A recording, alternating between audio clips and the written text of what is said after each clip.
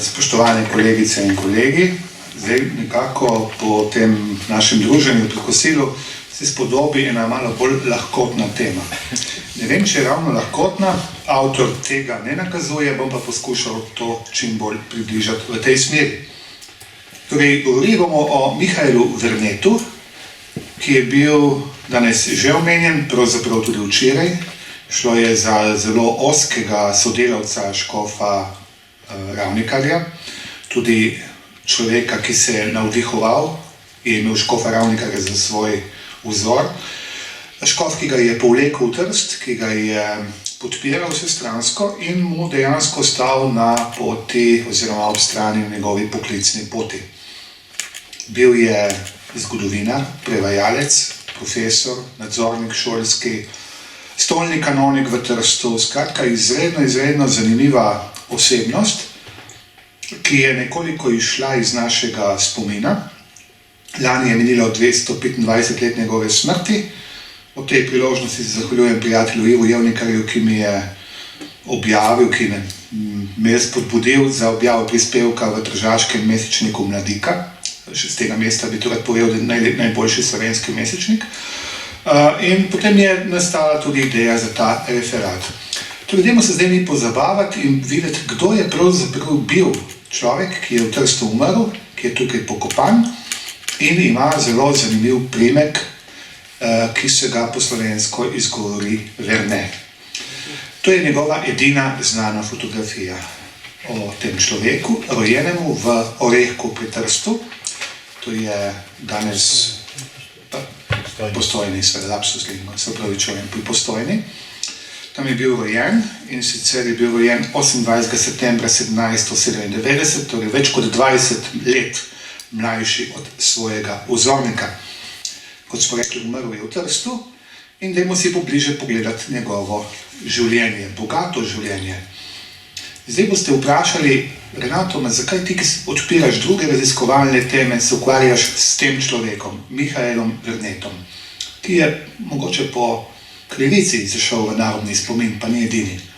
Tukaj bom navedel dva prepričljiva odgovora. Prvi je to, da je bil to prvi kaplan, saj po verih sodeč, ki je živel v moji rojstni vasi. Oskrboval pastoralno mojo rojstno vas v Tojbo pri Gorici, o tem mogoče beseda dve v nadaljevanju. Po drugi strani pa vsi poznate moj ljubezen do Bližnjega vzhoda, do Svete dežele. In Mihael Verne je avtor prvega slovenskega potopisa, lahko nekateri rabijo tudi izraz znanstvenega potopisa. Namreč leta 1857 se je odpravil skupina avstrijskih romarjev, potovali so iz Trsta z ladjo v Sveto deželo, napisal in objavil v več nadaljevanjih v leto 1858 v Blajvajsovih novicah. Še eno novo ime vzpostavljamo v našem današnjem razgovoru in to je Janez Blajvajs, njegov siceršnji podpornik, tudi mecen. In leta 1859, ko je bilo zaključek teh podlistkov, je Mihael Verne objavil prvi, tako tudi učijo na Filozofski fakulteti v Ljubljani, pa še kje, prvi slovenski recimo znanstveni potopis, ki mu damo preprost naslov Potovanje v Sveto deželo 1857. Še eno zadevo bi povedali takoj v uvodu, to je pogled na njegovo rojstno vas, Orehek pri Postojni, takrat del tržaške škofije, torej je bil tudi v tem širšem cerkvenem smislu tržačan ali podanik tržaškega škofa. V vasi boste še danes našli ljudsko pripoved, da je Mihael Verne dokaj neznan, ampak vsi poznajo pa Žila Verna, ki je ponesel slavo s svojimi znanstveno-fantastičnimi romani, jih poznamo, filmi posneti in tako naprej po celem svetu. Verneta ne poznajo, ampak Žil Vern je pa bil doma v Orehku. In če boste domačini in trdili nasprotno, vam bo grozil resen incident. Zdaj, to ni šala, ampak malo za šalo, malo za res. Zdaj, odkot ta zamenjava, Verneta se odrekajo ali pozabljajo, Žila Verna so pa posvojili. Verjetno ta anekdota bazira na svojem znanem ali tudi slavnem rojaku Mihaelu Vernetu, ki je živel v Trstu, in v Trstu se dogaja tudi zelo znan roman Žila Verna Matijas Zandorf, ki se pravzaprav začne v samem Trstu. Potem zdaj mi počasi, ko smo dali te nekoliko rahlo šaljive zadeve na uvod, še nekaj spregovoriti o tem vsestransko zanimivem človeku. Torej, bil je zelo izobražen, znal je mnoge moderne in tudi stare jezike. Zanimivo je, da se je za narodno pisanje, narodno navdušenje odločil pod vplivom škofa Ravnikarja in nam sta vplivala danes že omenjena kanonika Peter Aleš in Josip Emanuel Kovačič, ki sta tudi slovela oba kot pisatelja. Kot že rečeno, rojen 1797 v Orehku pri Postojni, v kmečki družini. Šolal se je v ljudski šoli v Postojni, med letoma 1813 in 1820 je potem obiskoval gimnazijo v Ljubljani in po 6 letih gimnazije je dokončal še 2 letnika, takrat so rekli modroslovja. In potem se je odločil za duhovniški poklic. Je obiskoval centralno bogoslovno semenišče v Gorici, to je v tistem času, bi rekli, zametek Goriške univerze. Gorica nikoli ni imela lastne univerze, ampak to centralno bogoslovno semenišče, kjer se šolajo vsi duhovniški kandidati iz poznejšega ilirskega primorja, razen iz Ljubljane. Torej gre za Slovence, Italijane, Furlane, Hrvate, takrat v tistem času, ko se je Verne šolal še Nemce, pa tudi nekaj Čehov pozneje. To je bil pravi res zametek fakultetnih študij v Gorici. In je bil septembra 1823 Verne posvečen. Bil je dodeljen tedanji veliki, pomembni šempetrski župniji, ki se je izločila iz Solkanske pražupnije, obsegala velik del goriškega podeželja in se je že takoj po prihodu v Šempeter, verjetno že oktobra 1823, odločil, da bo stanoval v Gornji Vrtojbi. To je vas, ki je bila nekdaj razdeljena na Gornjo in Spodnjo. Gornja je obstajala v tistem času cerkev uničena na Prvo svetovno vojno svetega Jožefa, slika te cerkve ne obstaja, je ni sploh v našem zgodovinskem spomenu. In tam je po dokumentih sodeč se kot prvi duhovnik, ki je služboval oziroma živel tudi v Vrtojbi, ne vemo točno kje, ker hiše župnišča ni bilo, se uveljavi Mihael Verne. Mogoče niste bila v sozvočju z župnikom Muličem, ki pa podatki oziroma arhivski dokumenti o tem podrobno ne govorimo. Zakaj to posebej omenjam? Časopisi tistega časa govorijo o tem, tudi sodobniki pišejo o tem, da so ljudje iz Gorice, oddaljene peš recimo 20 minut, hodili v Vrtojbo poslušati njegove pridige. Torej se je že kot mlad kaplan v Vrtojbi v tistem letu, ko je tukaj ostal, 1823-24, dejansko izkazal kot odličen retorik, torej govornik. Potem je iz Vrtojbe čez leto dni odšel v Postojno, ker je deloval kot kaplan, in že naslednje leto, torej 1825, ga je tržaški škof Ravnikar poklical, oziroma je bil ne Ravnikar, ampak ga je poklical njegov predhodnik v Trst. Tukaj je deloval na različnih področjih. Najprej je deloval na šolskem področju, o tem je že govoril kolega profesor Simčič Tomaž. Deloval je kot šolski nadzornik, deloval je kot kaplan in pozneje, po prihodu škofa Ravnikarja, smo slišali v zgodnjih 30 letih, tudi kot njegov tajnik. Tudi tako se imenuje v tedanjih šematizmih. Po pričah sodobnikov sta razvila zelo tesen odnos in marsikdo ali pa tudi najdemo v dokumentih oziroma v spominih zapisano, brez Ravnikarja Verneta ne bi bilo. Potem je bil tudi katehet na tržaški normalki, že leto po prihodu v Trst, 1826 deluje kot katehet na tržaški normalki, tam se začne njegov ekskurs v šolstvo. O pomembnosti Mihaela Verneta za šolstvo je precej govoril kolega Ivan Porteli. Potem pa leta 1835 je postal tudi tržaški kanonik. Tudi o tem je Tomaž Simčič govoril.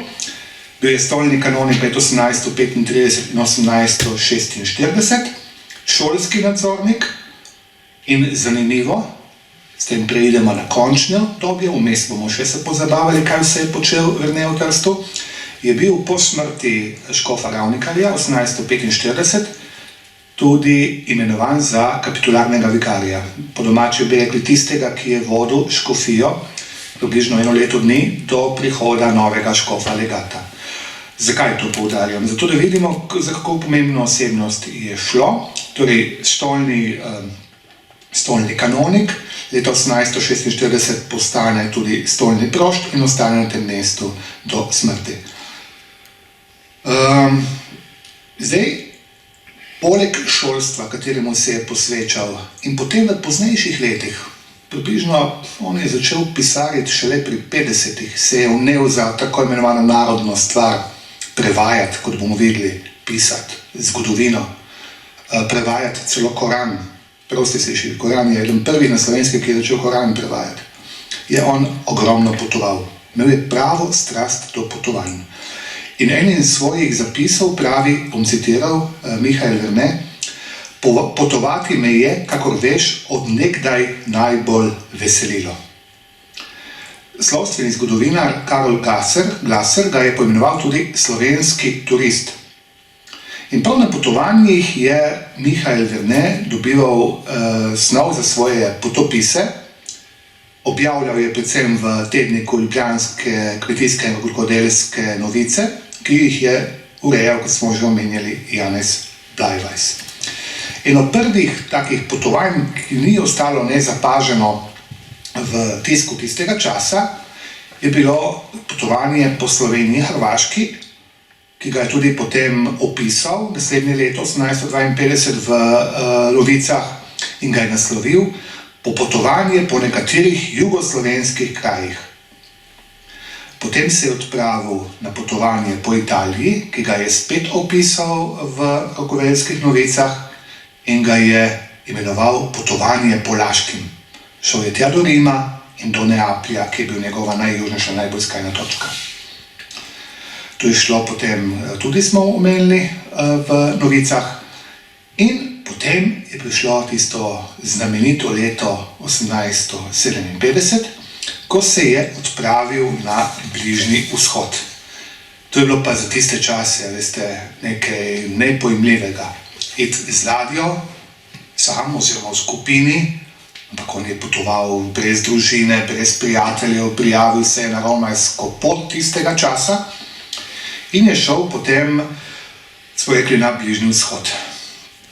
Torej, imamo točne podatke, ker jih je podrobno popisal v podlistku v Novicah. Iz Trsta so krenili 21. marca 1857 in uvod v njegov potopis začne z zelo epohalnimi besedami. Zame je ni večje radosti, ko potovati po Ptujih, zlasti zgodovinsko zanimivih krajih. Že od malih nog sem iskreno želel videti in ogledati tisto majhno, tudi v zgodovinskem oziru še vse drugo zanimivo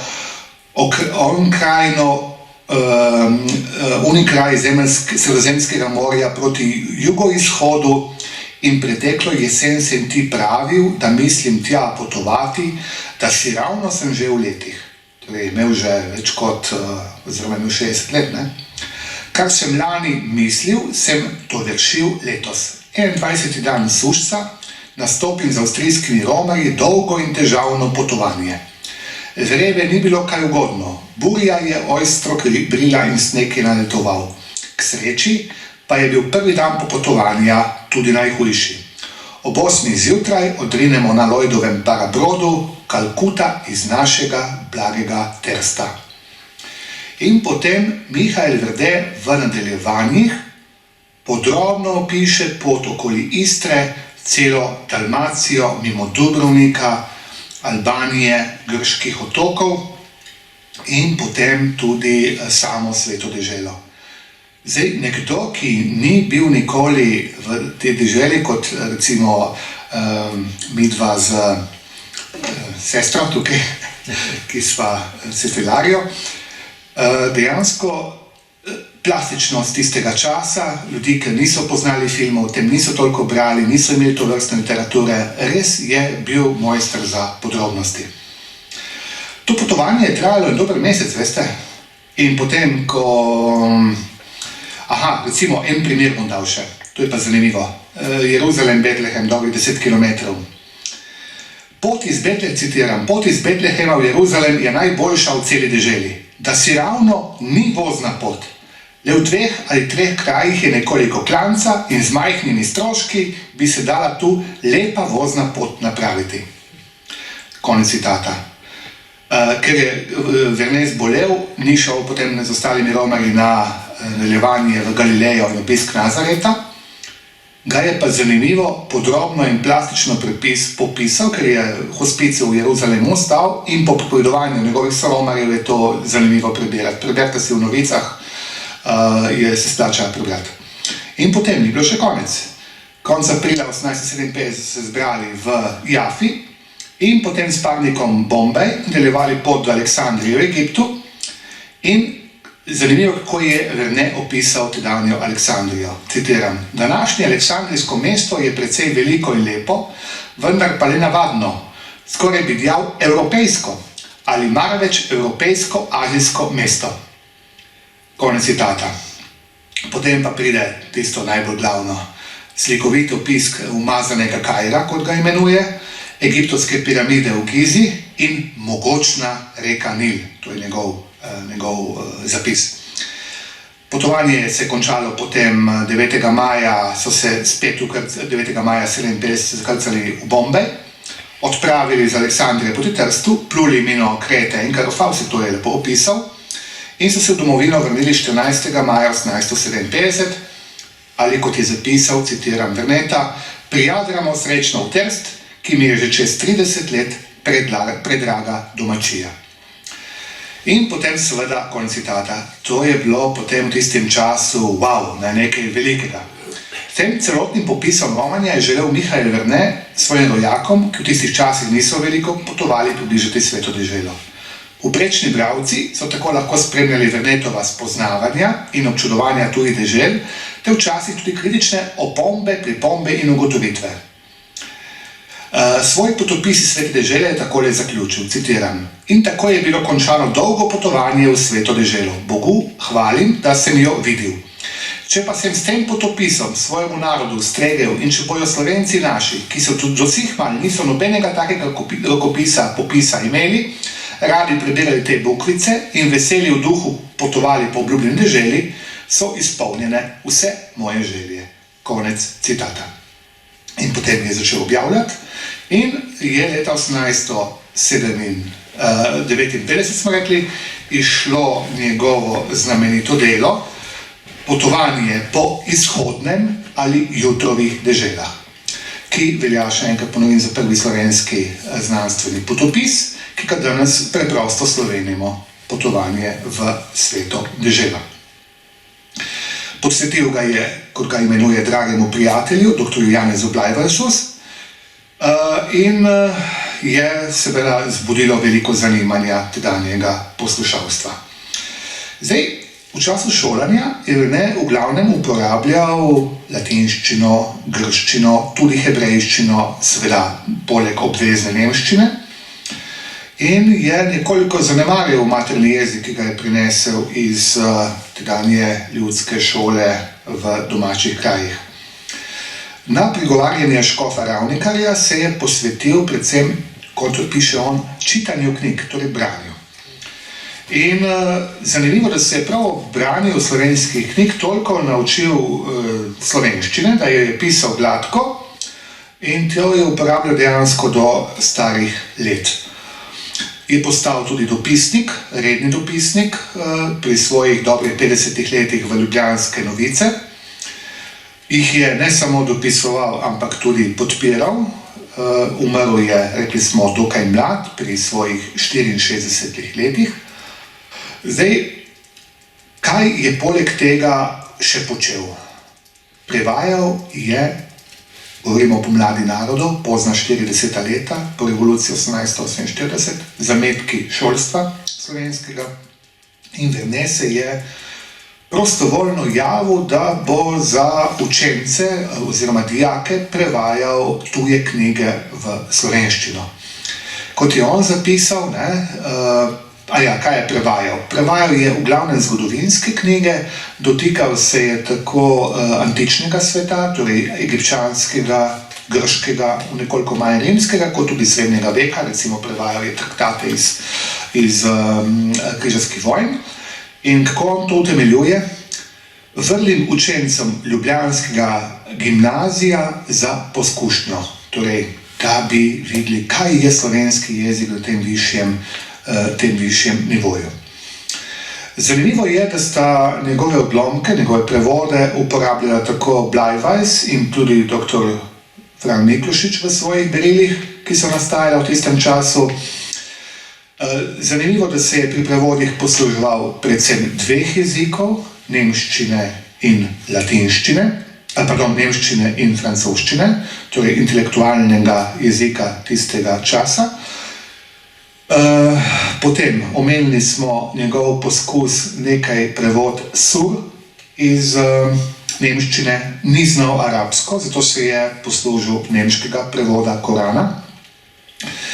Potem je prevajal Buseja iz francoščine, prevajal je Chateaubrianda, torej bolj bi rekli te zgodovinsko, modroslovno oziroma filozofske tekste.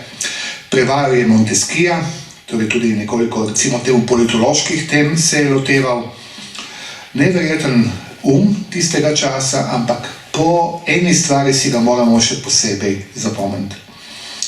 Namreč, poleg prvega slovenskega, če hočete, znanstvenega potopisa ali pa potopisa, je Mihael Verne znan tudi po prvem poskusu zgodovine celotnega sveta, ali tedanjem jeziku rečeno obča povestnica ali zgodovina celega sveta, ki je izšel sicer 4 leta po njegovi smrti.